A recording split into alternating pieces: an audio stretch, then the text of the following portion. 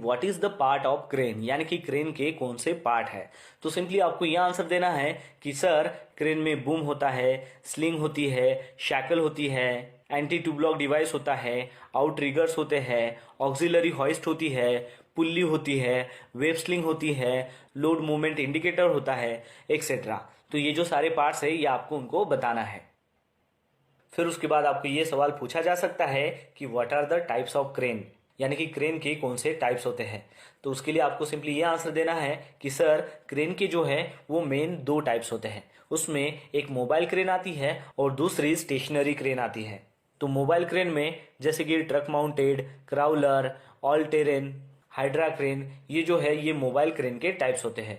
और फिर stationery crane के जो एग्जाम्पल है वो आपको देने हैं कि tower crane, gantry crane, floating crane, rail road crane, EOT crane, etcetera. तो इस प्रकार आपको उनको आंसर देना है कि क्रेन के जो है वो मेनली टू टाइप्स होते हैं, जो है मोबाइल क्रेन और दूसरा है स्टेशनरी क्रेन। और फिर उसके आप एग्जाम्पल बता सकते हो। फिर उसके बाद का जो क्वेश्चन है वो पूछ सकते हैं कि what are the requirements for a crane lifting, यानी कि क्रेन लिफ्टिंग की कौन सी रिक्वायरमेंट्स है। तो उसमें आपको बताना है कि सर क्रेन की जो पोजीशन है वो फर्म और ग्राउंड लेवल पर ही होनी चाहिए और साथ ही में उसके जो आउटरिगर है वो फुल्ली एक्सटेंडेड होने चाहिए। फिर उसके बाद आपको बताना है कि आउटरिगर के लिए आप